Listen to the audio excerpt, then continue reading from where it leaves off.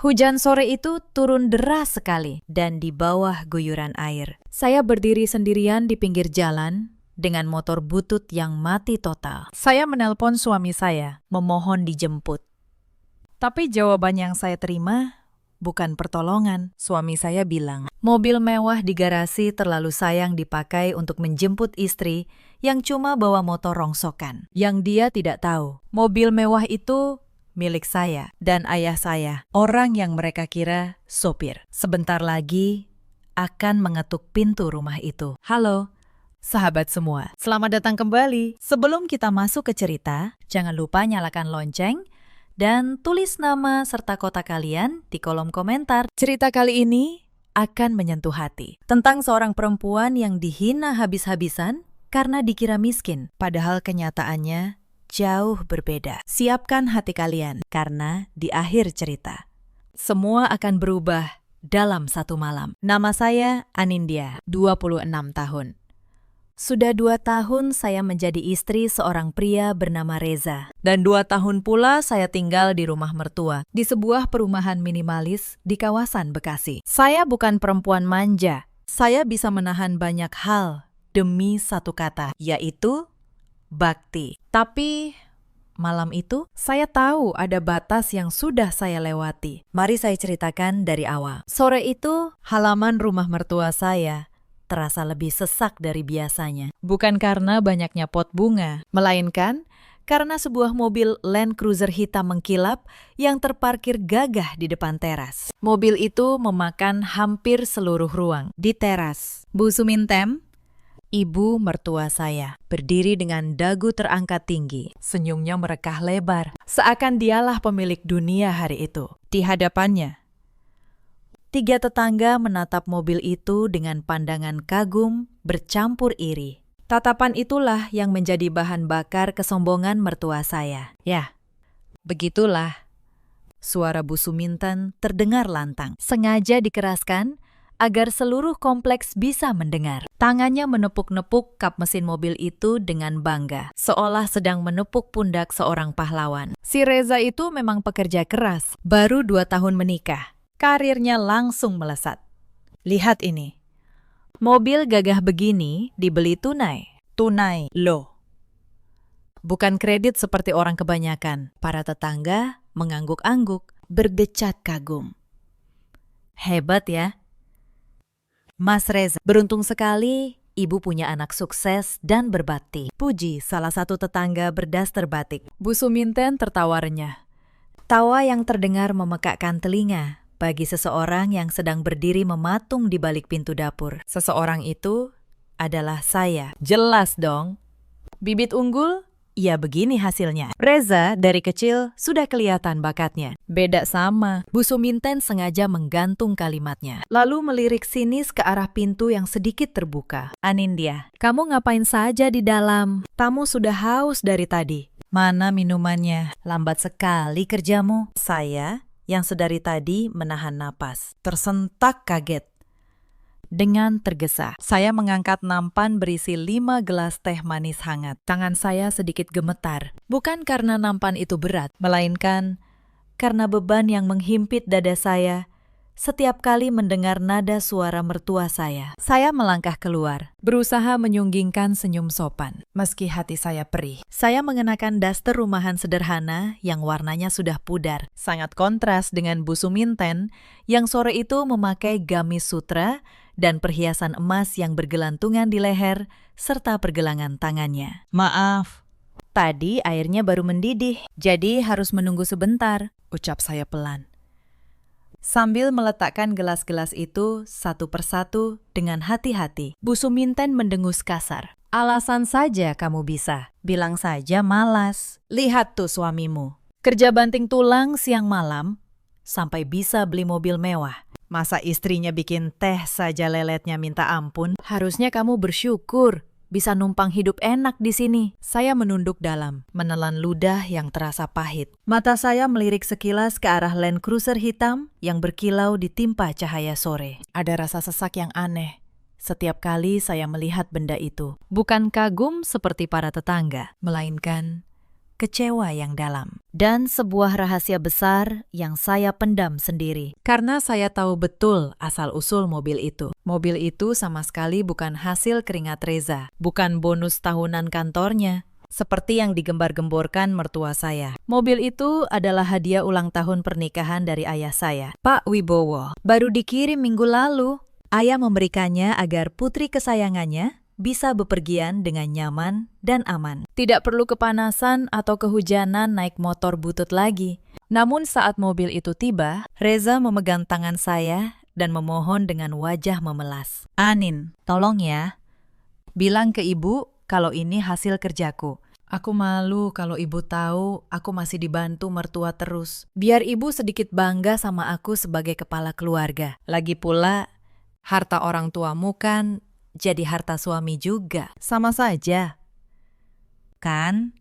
Kata-kata manis Reza waktu itu meluluhkan hati saya. Demi menjaga harga diri suami di mata ibunya, saya rela berbohong. Saya rela membiarkan mereka mengakui mobil pemberian ayah saya itu sebagai simbol kesuksesan. Tapi balasan yang saya dapatkan bukan ucapan terima kasih, melainkan penghinaan yang semakin menjadi-jadi setiap hari. "Anindya."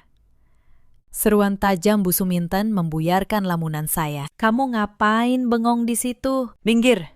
Jangan dekat-dekat mobil itu. Nanti baret kena nampan kotormu. Itu catnya mahal. Kalau lecet sedikit, gajimu setahun jadi babu juga tidak akan cukup buat memperbaikinya. Istri benalu seperti kamu mana paham barang mewah." Para tetangga tertawa kecil, mengira itu hanya gurauan akrab antara mertua dan menantu. Tapi bagi saya, itu adalah pukulan telak di ulu hati. Saat itu juga, Reza keluar dari rumah dengan pakaian rapi dan wangi parfum. Dia mendengar jelas ucapan ibunya. Namun laki-laki itu hanya diam, malah sibuk membetulkan letak jam tangannya. Berpura-pura tidak mendengar istrinya direndahkan di depan umum. Reza berjalan melewati saya begitu saja, tanpa menoleh. Lalu, duduk di samping ibunya dengan senyum bangga. "Iya, doakan saja rezeki saya lancar terus, biar bisa beli aset lain," ucap Reza percaya diri. Tanpa sedikit pun rasa bersalah pada saya yang masih berdiri kaku, memegang nampan kosong di sudut teras. Saya menatap punggung suami saya dengan mata yang basah. Di dalam hati, saya menjerit. "Itu mobil dari ayahku. Kenapa kamu tega membiarkan ibumu menghinaku di depan barang pemberian ayahku sendiri?" Tapi jeritan itu hanya bergema di ruang hampa dalam dada, tak tersampaikan. Saya memilih mundur perlahan, kembali masuk ke dalam rumah yang terasa semakin dingin dan asing. Sebenarnya, malam badai itu bukanlah penghinaan pertama. Itu hanya puncak dari ratusan luka kecil yang saya kumpulkan selama 2 tahun. Saya masih ingat bulan-bulan pertama saya menjadi menantu. Saat itu saya masih membawa beberapa perhiasan pemberian almarhumah ibu saya. Cincin emas kawin, gelang kecil, dan kalung tipis. Barang-barang yang nilainya bukan pada harganya, melainkan pada kenangannya. Suatu sore, Bu Suminten masuk ke kamar saya tanpa mengetuk. Matanya langsung tertuju pada kotak perhiasan kecil di meja rias. "Anindya, kamu ini menumpang di rumah orang. Kok masih pamer emas?" ujarnya sinis.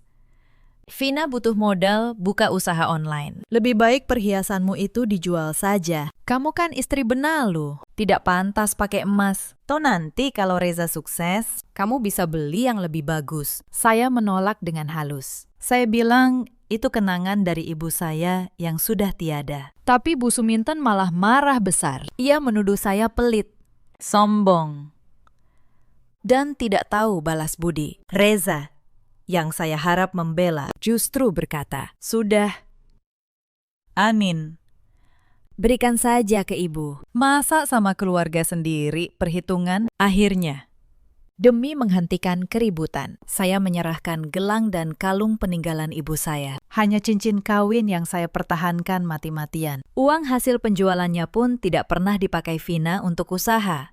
Habis untuk membeli tas dan jalan-jalan bersama teman-temannya. Malam itu, saya menangis diam-diam, memeluk bantal. Saya merasa kehilangan bagian terakhir dari ibu saya. Tapi saya tidak berani bercerita kepada ayah. Saya takut beliau marah dan memaksa saya pulang. Saya masih percaya kalau saya sabar sedikit lagi, semua akan membaik. Ternyata kesabaran saya hanya membuat mereka semakin berani. Ada lagi satu kejadian yang sampai sekarang masih membekas. Suatu hari, Vina sedang asik bermain ponsel sambil memegang vas bunga keramik kesayangan Bu Suminten. Vas itu mahal, katanya warisan dari nenek. Karena ceroboh, Vina menjatuhkannya. Vas itu pecah berkeping-keping di lantai. Mendengar suara pecahan, Bu Suminten berlari dari dapur. Wajahnya merah padam.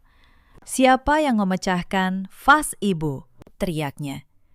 Vina, dengan wajah tanpa dosa, langsung menunjuk ke arah saya yang kebetulan sedang membersihkan jendela di dekat situ. "Mbak Anindya." "Bu, tadi dia ngepel kurang hati-hati, kesenggol sapunya," ujar Vina enteng. Saya terkejut.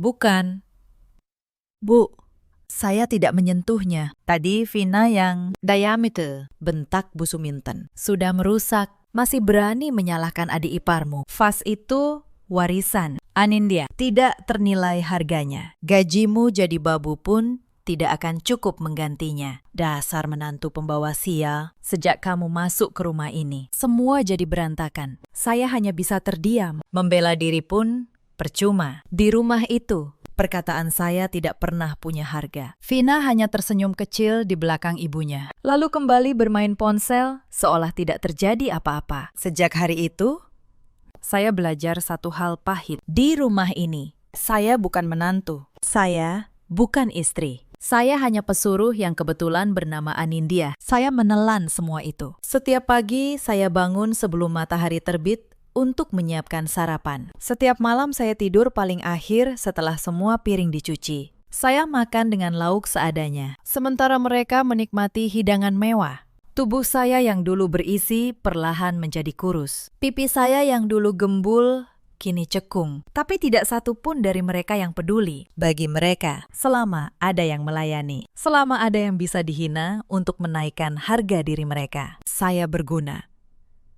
Tidak lebih dari itu. Dan malam badai itu, saat saya berdiri kedinginan di emperan toko, saya akhirnya menyadari sesuatu. Kesabaran yang saya pegang selama ini bukanlah kemuliaan. Itu hanyalah izin yang saya berikan kepada mereka untuk terus menyakiti saya. Langit yang semula cerah perlahan berubah menjadi abu-abu pekat. Gumpalan awan hitam berarak cepat menutupi matahari. Angin kencang mulai bertiup, menggoyangkan dahan pohon mangga di halaman, seolah alam sedang bersiap menumpahkan amarahnya. Di ruang tengah, suasana justru terasa berbeda. Vina, adik ipar saya, sedang berbaring santai di sofa empuk sambil memainkan ponselnya. Kakinya dinaikkan ke atas meja kaca tanpa rasa sungkan. Toples camilan di pangkuannya sudah hampir kosong. Bu Suminten duduk di samping putri kesayangannya itu, memijat-mijat kaki Vina. Seakan Vina adalah putri raja yang kelelahan usai memimpin negara. Padahal Vina hanya pengangguran yang setiap bulan menghabiskan gaji kakaknya. "Aduh, Vina lapar nih," renggek Vina manja, matanya tetap terpaku pada layar. Tapi tidak mau masakan rumah. Bosan, rasanya tawar. Vina lagi pengen banget sate Marangi yang di perbatasan kota itu, yang bumbunya meresap banget. Bu Suminten langsung tersenyum lebar. Sate yang terkenal itu. "Ya sudah, beli saja." Apa sih yang tidak buat anak bungsu ibu, saya yang sedang mengepel lantai di sudut ruangan, menghentikan gerakan saya sejenak. Saya melirik ke jendela. Kilatan petir mulai menyambar di kejauhan, disusul suara guruh yang menggelegar. Jarak ke perbatasan kota lumayan jauh, butuh hampir 1 jam bolak-balik. Belum lagi macet sore hari. "Mbak Anindya," panggil Vina tanpa menoleh. Nadanya memerintah. "Dengar, aku mau sate. Buruan beli sana. Keburu tutup atau kehabisan." Saya menegakkan tubuh, menyeka keringat di dahi dengan punggung tangan. Saya berjalan mendekat dengan hati-hati. "Maaf, tapi di luar mendung sekali. Sepertinya sebentar lagi badai. Apa tidak sebaiknya pesan lewat aplikasi saja? Atau beli yang dekat-dekat sini?" Bu Suminten langsung melotot. Pijatannya di kaki Vina berhenti seketika. "Kamu ini kalau disuruh," alasannya, 1.000. Kalau Vina maunya sate yang di sana. Ya, sana yang di sana. Pesanan online itu rasanya beda. Kamu pikir adikmu ini selera kampungan seperti kamu? Saya masih mencoba. Tapi, Bu, jalannya sudah mulai tergenang. Motornya juga sudah tua. Takutnya mogok di jalan. Naik motor sana, bentak Bu Suminten. Mobil itu bukan buatmu. Mobil itu untuk Reza dan ibu. Sayang kalau kena lumpur cuma buat antar sate. Kamu ini istri benalu. Kok malah mau enaknya naik mobil mewah? Pahu diri sedikit. Saya terdiam. Dada saya naik turun menahan sesuatu yang panas di tenggorokan. Ironisnya, Land Cruiser pemberian ayah saya berdiri gagah di depan rumah, siap melindungi siapa saja dari panas dan hujan. Tapi pemilik sejatinya justru diusir keluar, menembus badai dengan motor rongsokan. Saya mengambil jaket tipis, memakai helm yang kaca depannya sudah buram, lalu menyalakan mesin motor tua itu. Suaranya menderu, kasar, mengepulkan asap putih tipis. Saat saya melajukan motor keluar gerbang, tetes air hujan pertama jatuh membasahi pipi saya, menyatu dengan air mata yang tak sanggup lagi saya tahan. Saya pergi bukan karena takut pada mertua, tapi karena saya masih memegang janji sebagai istri untuk berbakti. Meski bakti itu dibalas dengan racun. Di belakang saya, pintu rumah tertutup rapat, menyisakan tawa keluarga suami yang hangat dan nyaman, tanpa sedikit pun peduli pada nasib saya di luar sana. Hujan yang ditakutkan akhirnya turun juga, bukan gerimis penyantar tidur, melainkan tumpahan air bah dari langit. Angin menderu menyapu jalanan aspal yang licin. Di tengah badai itu, saya berjuang mengendalikan stang motor yang bergetar hebat. Jaket tipis saya sudah tembus air dalam hitungan detik, menempel dingin di kulit, membuat gigi saya beradu menahan beku. Kaca helm yang buram nyaris tidak membantu saya melihat jalan. Setiap kali ada mobil berpapasan, sorot lampunya memecah di kaca helm, membuat pandangan saya silau dan kabur. Jalan menuju perbatasan terasa begitu panjang. Genangan air mulai meninggi di beberapa titik. Tiba-tiba, mesin motor tua itu batuk-batuk kasar, lalu mati total. Tepat saat saya berada di ruas jalan yang sepi dan minim penerangan. Ya Allah, jangan mogok sekarang. Tolong. Bisik saya parau. Suara saya kalah oleh deru hujan. Kaki saya yang gemetar mencoba mengengkol pedal starter berkali-kali. Sekali, 2 kali, 10 kali. Nihil. Mesin itu membisu, menyerah pada usia dan dinginnya air. Saya turun dari motor, mendorong besi tua yang terasa 2 kali lebih berat itu menuju emperan sebuah toko bangunan yang sudah tutup. Saya bersandar di tiang beton yang dingin. Tubuh saya basah kuyup dari ujung rambut hingga ujung kaki. Air menetes deras dari jilbab dan baju saya, membentuk genangan kecil di sekitar kaki yang hanya beralas sandal jepit tipis. Dengan tangan yang keriput karena kedinginan, saya merogoh saku jaket, mengambil ponsel yang untungnya saya bungkus plastik. Harapan satu-satunya adalah Reza. Saya menekan nomor suami saya dengan jari gemetar. Panggilan tersambung. Terdengar nada sambung yang panjang, membuat hati saya semakin cemas. Akhirnya, telepon diangkat. Halo, apalagi sih? Suara Reza terdengar ketus. Di latar belakang terdengar tawa Vina dan Bu Suminten yang sedang menonton televisi. Kontras sekali dengan desau angin dan hujan yang mengepung saya. Mas, tolong aku. Suara saya bergetar hebat menahan tangis dan dingin. Motornya mogok. Mesinnya mati kena banjir. Aku terjebak di jalan sepi dekat gudang tua. Belum sampai ke tempat sate. Hujannya deras sekali. Aku takut sendirian di sini. Mas, hening sejenak di ujung telepon. Saya berharap mendengar suara kekhawatiran. Berharap Reza akan bilang, tunggu di situ. Mas, jemput sekarang. Namun jawaban yang saya terima justru membuat darah saya mendidih sekaligus membeku. Ya ampun. Anindya, kamu ini bisanya cuma menyusahkan saja, bentak Reza. Suaranya meninggi. Makanya, kalau bawa motor itu hati-hati. Jangan diterjang banjir. Itu motor tua, bukan kapal selam. Terus sekarang kamu mau aku ngapain? Hujan deras begini, kamu suruh aku keluar. Nanti aku sakit. Besok aku kerja. Tapi aku kedinginan di sini. Mas, gelap. Suara saya makin pelan. Pertahanan saya runtuh. Tolong jemput aku pakai mobil. Sebentar saja. Tidak bisa, potong Reza cepat. Ibu baru saja bilang, mobilnya habis dipoles tadi pagi. Sayang kalau kena hujan. Dan lumpur cuma buat menjemput kamu sama motor rongsokan itu. Kamu cari bengkel, kek? Atau dorong? Sampai nemu tempat berteduh. Pokoknya jangan pulang kalau tidak bawa sate pesanan Vina. Kasihan adikku, sudah menunggu dari tadi. Kamu ini jadi istri manja banget, sih.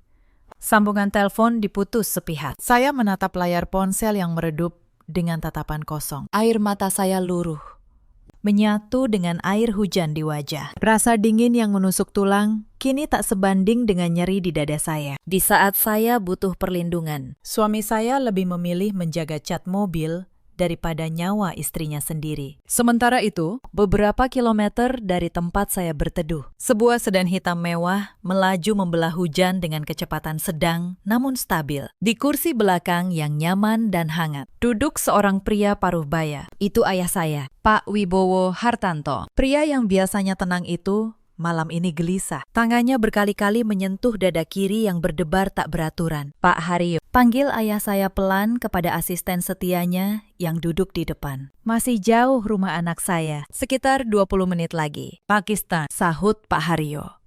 Cuaca memang sangat buruk malam ini. Sopir tidak berani terlalu ngebut. Ayah saya menatap jendela yang berembun. Perasaan saya tidak enak sejak tadi sore. Rasanya ingin cepat-cepat sampai dan memastikan Anindya baik-baik saja. Tadi saya telepon, tidak diangkat.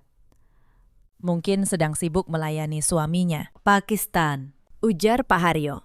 Tenang saja, Non Anindya pasti aman. Kan ada mobil yang Bapak kirimkan itu. Pasti mereka menjaga Non dengan baik. Ayah saya tersenyum tipis. Senyum seorang ayah yang tulus. Saya harap begitu. Saya sengaja kirim mobil itu supaya Anindya tidak perlu kepanasan atau kehujanan lagi. Saya tidak mau putri saya menderita. Kamu tahu sendiri, Haryo.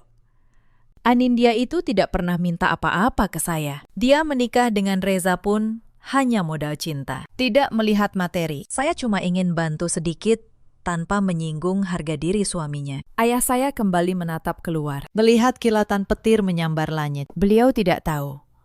Di saat yang sama, putri yang ia banggakan dan lindungi mati-matian itu sedang meringkuk kedinginan di emperan toko, menangis sendirian. Sementara mobil pemberiannya sedang dielus orang lain di garasi yang kering. Firasat seorang ayah memang tidak pernah salah. Hanya saja, kenyataannya jauh lebih pahit dari yang bisa ia bayangkan. Di tempat saya berteduh, dingin semakin menusuk. Saya sudah hampir kehilangan harapan ketika sebuah lampu motor mendekat dan berhenti. Seorang bapak tua penjual gorengan keliling yang baru selesai berjualan melihat saya menggigil. Astagfirullah, Nak.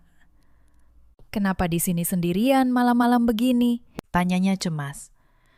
Saya menjelaskan dengan suara bergetar. Bapak itu tanpa banyak bicara melepas jas hujannya dan menyampirkan ke pundak saya. Lalu ia membantu mendorong motor saya ke bengkel kecil langganannya yang masih buka. Sabar ya. Nak, orang sabar itu disayang yang di atas, yang sekarang menyakiti. Nanti pasti dapat balasannya, ujar bapak itu lembut. Air mata saya kembali jatuh. Tapi kali ini bukan karena sakit hati, melainkan karena keajaiban kecil bernama kebaikan dari orang asing. Orang yang sama sekali tidak berhutang apapun kepada saya, justru menolong. Sementara suami dan keluarga yang seharusnya melindungi, malah membuang saya seperti sampah sambil menunggu motor diperbaiki. Saya duduk di bangku kayu bengkel. Tubuh saya masih basah. Saya menatap ponsel.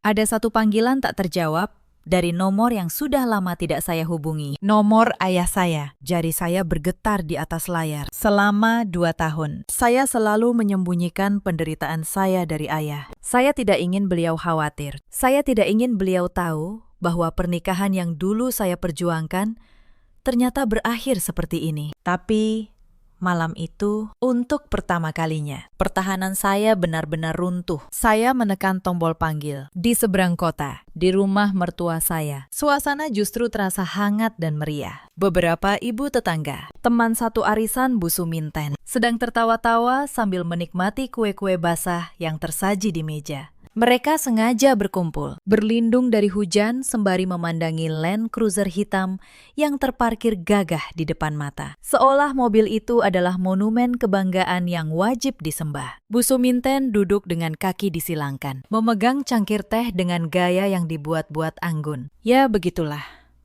Jeng, ujarnya berseri.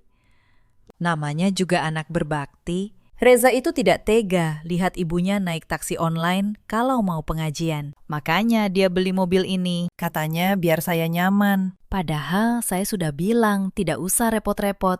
Tapi dia memaksa. Beruntung banget ya, Bu Suminten, sahut salah satu ibu dengan nada iri yang tak ditutupi. Sudah punya anak sukses, ganteng.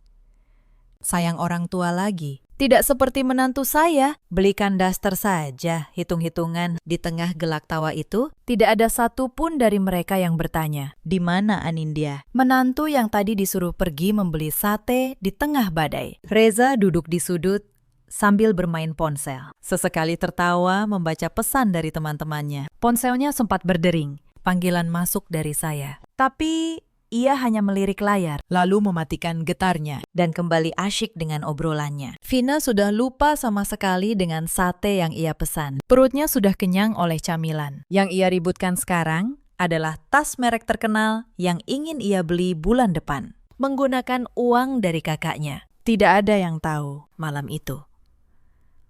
Sebuah sedan hitam sudah berbelok memasuki kompleks, membawa seseorang yang akan mengubah segalanya. Tapi sebelum sampai ke gerbang itu, telepon di tangan sang ayah berdering. Dan suara di seberang sana adalah suara yang selama ini ia rindukan. Kini terdengar hancur. Halo, ayah. Suara saya nyaris tidak terdengar di antara deru hujan. Anindya.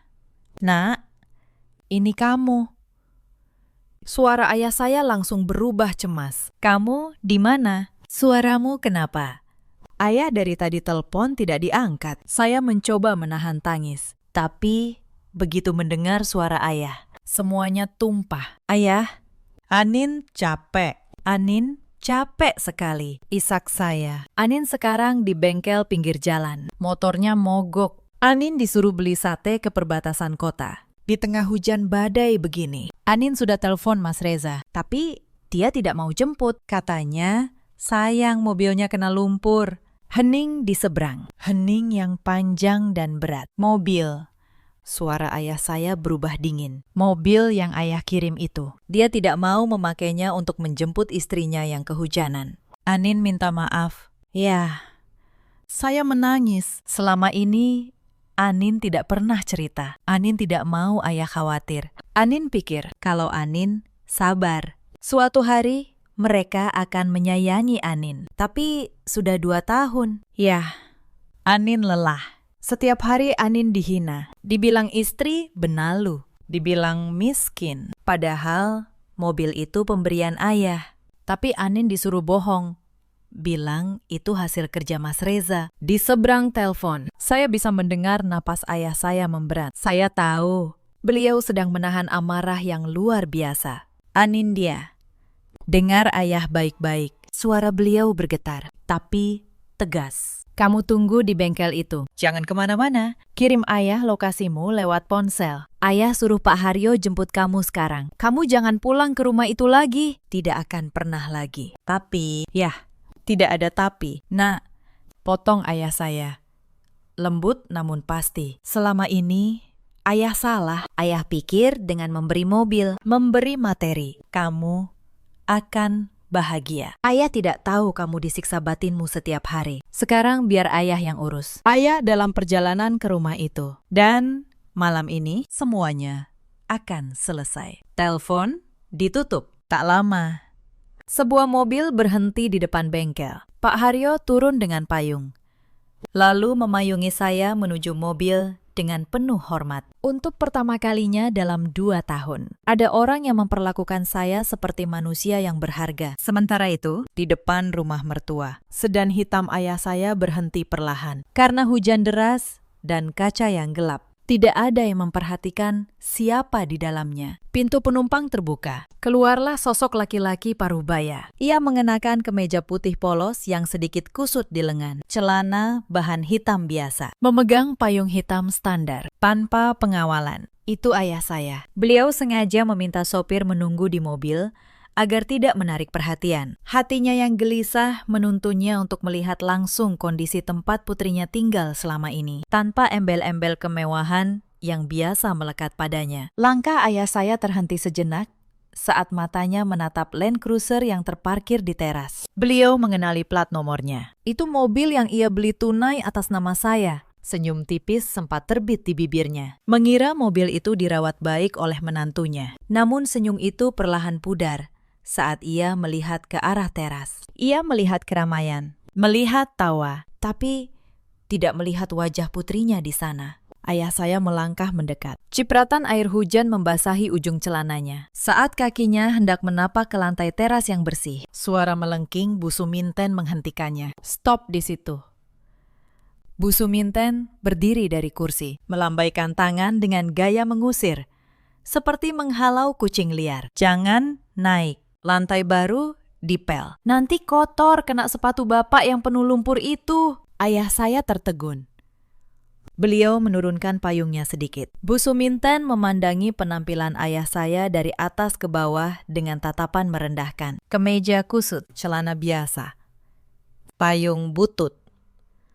Di matanya, pria ini tidak lebih dari seorang sopir atau kurir. Mau apa?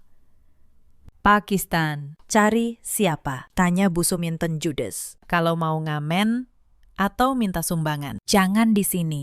Ini rumah orang terhormat. Sana, cari di tempat lain. Para ibu tetangga ikut menatap ayah saya dengan pandangan sinis. Salah satu dari mereka bahkan menutup hidung, seolah ayah saya membawa bau tak sedap. Ayah saya tersenyum tipis. Senyum yang menyimpan luka sekaligus ketenangan yang berbahaya. Saya mencari Anindya, ujar ayah saya tenang. Saya dengar dia tinggal di rumah ini. Mendengar nama itu, raut Bu Suminten berubah masam. Oh, si Benalu itu, dengusnya.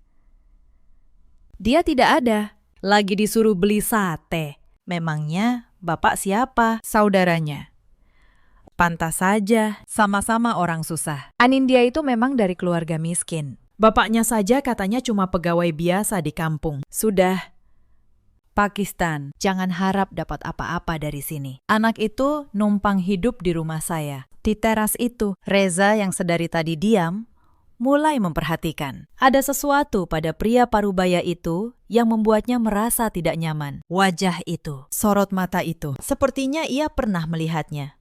Tapi di mana? Tiba-tiba ponsel Reza bergetar. Sebuah pesan masuk dari nomor kantor istrinya. Pesan dari seseorang yang mengenal mertua besar Reza. Isinya hanya satu kalimat yang membuat darah Reza membeku seketika. Mas, apakah benar Pak Wibowo Hartanto, pemilik grup perusahaan tempat saya kerja, sedang ada di rumah Mas? Beliau ayah kandung Mbak Anindya. Reza membaca pesan itu sekali, 2 kali. Wajahnya pucat pasi, ponsel di tangannya hampir terjatuh. Pak Wibowo Hartanto. Nama itu bukan nama sembarangan. Itu adalah nama yang sering muncul di majalah bisnis. Pemilik salah satu grup perusahaan properti dan logistik terbesar di negeri ini. Pria yang kekayaannya tidak terhitung lagi dengan jari. Dan pria itu yang baru saja diusir ibunya seperti pengemis, yang baru saja dihina sebagai orang susah, adalah ayah kandung dari istri yang selama ini ia rendahkan. First,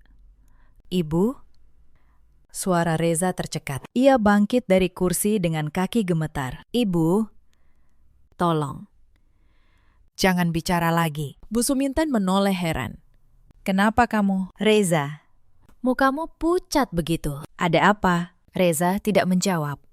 Ia berjalan terhuyung mendekati ayah saya. Tubuhnya membungkuk. Suaranya nyaris tidak keluar. Bapak Wibowo, kan? Bapaknya Anindya. Seketika Suasana teras yang tadi riuh berubah senyap. Para ibu tetangga saling pandang, bingung. Bu Suminten mengernyitkan dahi. Reza, kamu ngomong apa? Bapak ini cuma orang nyasar yang diameter. Bu, potong Reza.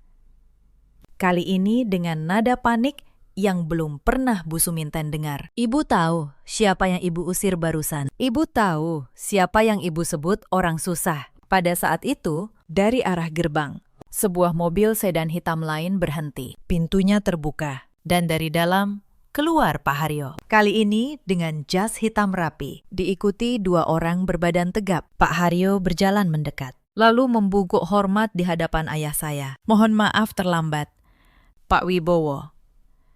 Non Anindya sudah aman di mobil. Beliau sudah kami beri selimut dan minuman hangat. Ujar Pak Haryo dengan suara lantang yang sengaja terdengar oleh semua orang di teras. Kata Pak Wibowo itu menggema seperti petir kedua malam itu. Bu Suminten berdiri terpaku. Cangkir teh di tangannya bergetar. Para ibu arisan yang tadi tertawa, kini menutup mulut dengan tangan. Mata mereka membelalak.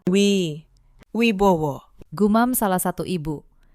Wibowo Hartanto, yang punya perusahaan besar itu. Yang fotonya sering di koran. Ayah saya akhirnya melangkah maju. Kali ini, tidak ada yang berani menghentikannya. Lumpur di sepatunya tidak lagi jadi soal. Beliau berdiri tegak di tengah teras. Dan dengan satu tatapan, seluruh kesombongan yang tadi memenuhi rumah itu runtuh menjadi debu.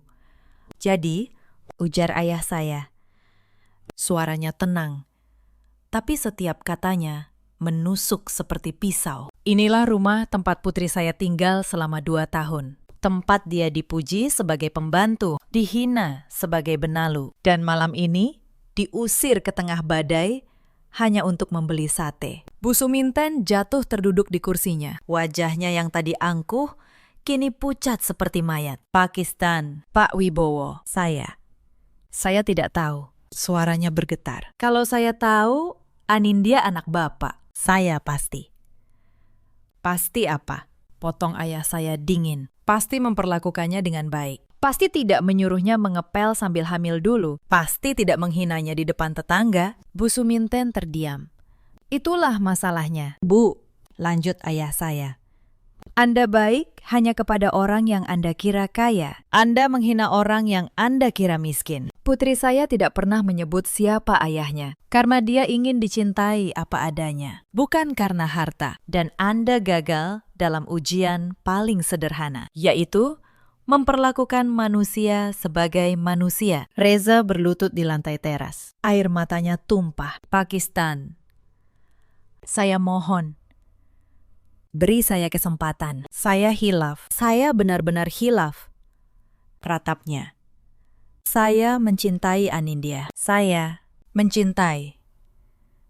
Ayah saya tersenyum getir. Kamu menyuruh istrimu berbohong demi harga dirimu yang palsu. Kamu membiarkan ibumu menghinanya setiap hari. Dan malam ini, saat dia terjebak badai dan memohon pertolongan, kamu lebih memilih melindungi cat mobil daripada nyawa istrimu. Itu bukan cinta, Reza. Itu adalah pengecut yang menumpang hidup di atas penderitaan orang lain. Reza tertunduk. Tidak ada lagi kata yang bisa ia ucapkan. Ayah saya menoleh kepada Pak Haryo. Haryo, urus semua dokumennya. Mulai besok pagi? Siap. Pakistan, jawab Pak Haryo. Ayah saya kembali menatap Bu Suminten dan Reza, lalu mengeluarkan satu kalimat yang akan mengubah hidup mereka selamanya. Rumah yang kalian tempati ini, ujar ayah saya pelan. Tahukah kalian siapa pemiliknya? Bu Suminten dan Reza saling pandang dengan bingung. Rumah ini, rumah kami sendiri. Pakistan, jawab Bu Suminten ragu. Reza yang mencicilnya. Ayah saya tersenyum tipis. Beliau memberi isyarat kepada Pak Haryo, yang langsung membuka map kulit hitam dan menyerahkan selembar dokumen. 2 tahun lalu, ujar ayah saya, saat Anindya menikah. Dia bercerita bahwa kalian kesulitan mencicil rumah ini. Cicilannya nyaris macet, dan rumah ini hampir disita bank. Anindya datang ke saya, menangis, meminta bantuan. tanpa sepengetahuan kalian. Saya melunasi seluruh sisa cicilan rumah ini lewat perusahaan saya. Hitam di atas putih. Sertifikat rumah ini sekarang atas nama Anindya, putri saya. Suara itu seperti palu yang menghancurkan seluruh kebanggaan keluarga itu. Bu Suminten menatap dokumen di tangan ayah saya dengan tangan gemetar. Sertifikat itu nyata. Nama Anindya tercetak jelas di sana, lengkap dengan stempel notaris. Tidak mungkin, gumam Bu Suminten. Reza yang membayar cicilannya selama ini. Cicilan apa, Bu? Suara ayah saya tajam. Sudah lunas sejak 2 tahun lalu. Uang yang setiap bulan Reza kira sebagai cicilan sebenarnya hanya masuk ke rekeningnya sendiri, lalu dipakai untuk membeli barang mewah dan memanjakan adiknya. Selama ini, kalian hidup nyaman di rumah yang sudah menjadi milik menantu yang kalian hina. Reza terduduk lemas, wajahnya hancur. Semua kebohongan yang ia rangkai selama ini kini berbalik menghantamnya sendiri. Saya tidak akan menuntut kalian, lanjut ayah saya. Saya bukan orang yang suka membalas dendam, tapi saya juga tidak akan membiarkan putri saya tinggal satu atap lagi dengan orang-orang yang memperlakukannya seperti binatang. Mulai besok, rumah ini akan dikosongkan. Kalian punya waktu sampai pagi untuk berkemas. Saya sudah menyiapkan pesangon yang cukup untuk kalian menyewa kontrakan selama setahun dan modal usaha kecil. Anggap itu sebagai ucapan terima kasih saya karena pernah menampung putri saya, walau dengan cara yang salah. Ayah saya berbalik, berjalan menuju Land Cruiser hitam yang tadi dibanggakan Bu Suminten di depan seluruh tetangga. Beliau membuka pintu mobil itu. Dan mobil ini, ujar ayah saya, akan saya bawa kembali. Ini milik Anindya. Bukan simbol kesuksesan kalian. Tidak pernah. Mesin Land Cruiser menyala. Ban mobil itu melindas genangan air, membawa pergi simbol kebanggaan palsu keluarga itu. Di teras, Reza dan Bu Suminten hanya bisa menatap lampu belakang mobil yang semakin mengecil, lalu menghilang di tikungan. Para ibu tetangga yang tadi memuji, kini terdiam. Satu persatu mereka pulang tanpa berani menatap mata Bu Suminten. Kemewahan yang besok pagi akan lenyap, menyisakan penyesalan yang terlambat. Hujan pun berhenti, seolah alam telah selesai membersihkan kotoran di tempat itu. Cahaya matahari pagi menerobos masuk melalui celah jendela kamar yang besar dan mewah, menyapu lembut wajah saya yang masih terlelap dengan tenang. Untuk pertama kalinya dalam 2 tahun, saya tidur tanpa rasa cemas, tanpa takut dibentak karena bangun kesiangan, tanpa mimpi buruk tentang cucian piring yang menumpuk. Saya perlahan membuka mata, menatap langit-langit kamar yang tinggi berhiaskan lampu gantung kristal. Saya menyadari,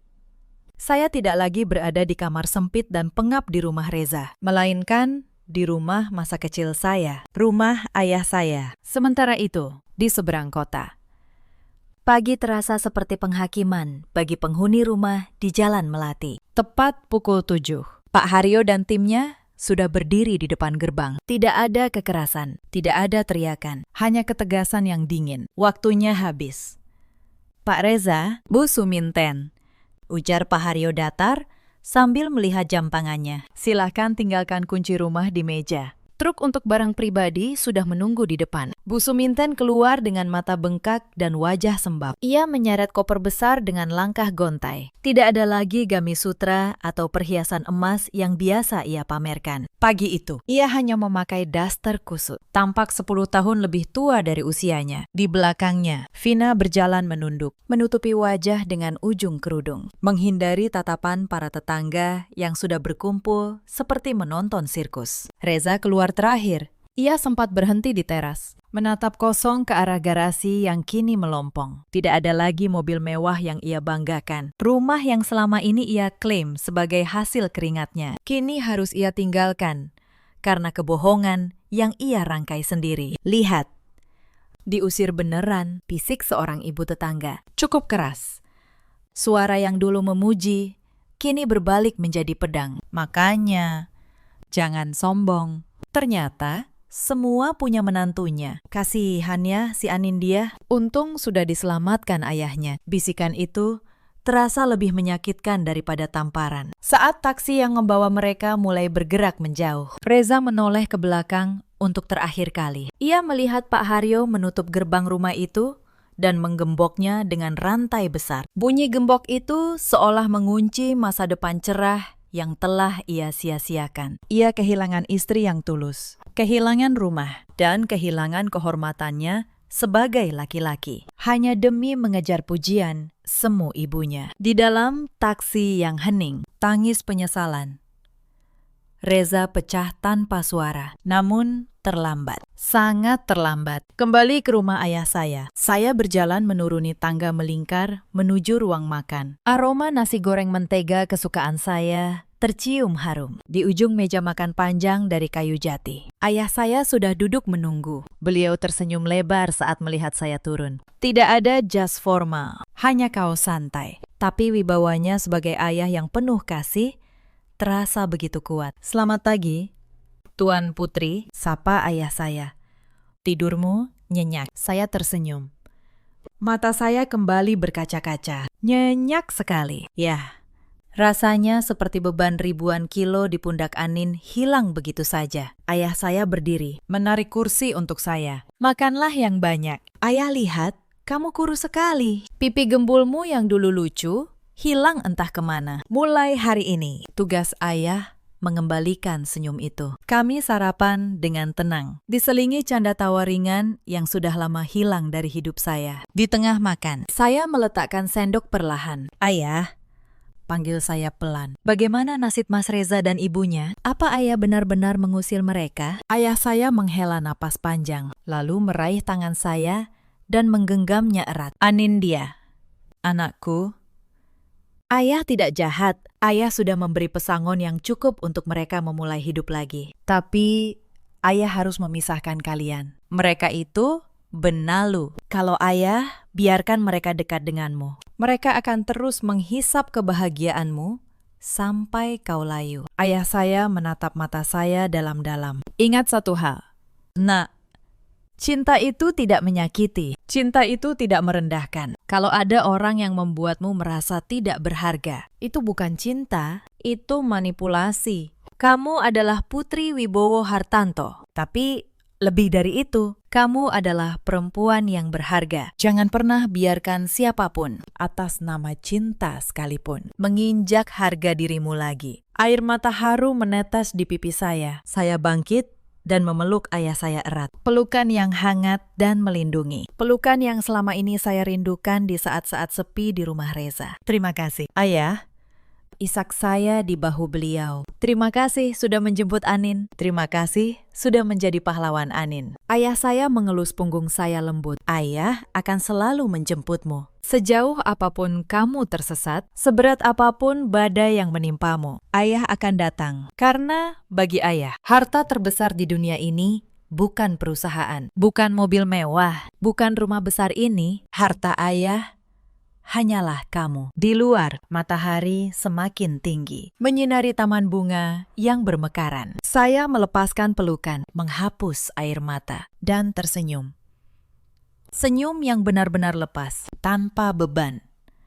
Saya tahu, luka di hati saya mungkin butuh waktu untuk sembuh. Tapi saya tidak lagi sendirian. Saya telah pulang ke tempat di mana saya dicintai apa adanya, bukan karena apa yang saya miliki. Dan bagi saya, itulah definisi kebahagiaan yang sesungguhnya. Cerita ini mengajarkan kita banyak hal. Jangan pernah merendahkan seseorang hanya karena penampilan luarnya. Karena di balik kesederhanaan seseorang, mungkin tersimpan kemuliaan yang jauh lebih besar dari apa yang bisa dibeli dengan uang. Dan jangan pernah merendahkan pasanganmu hanya karena silau harta orang lain. Ada banyak perempuan di luar sana yang seperti saya dulu, bertahan dalam pernikahan yang menyakitkan, menelan setiap hinaan, demi sebuah kata bernama bakti. Mereka mengira kesabaran akan dibalas cinta, padahal yang mereka dapat hanya luka yang semakin dalam. Ada juga banyak suami seperti Reza di luar sana. Laki-laki yang lebih takut kehilangan validasi orang lain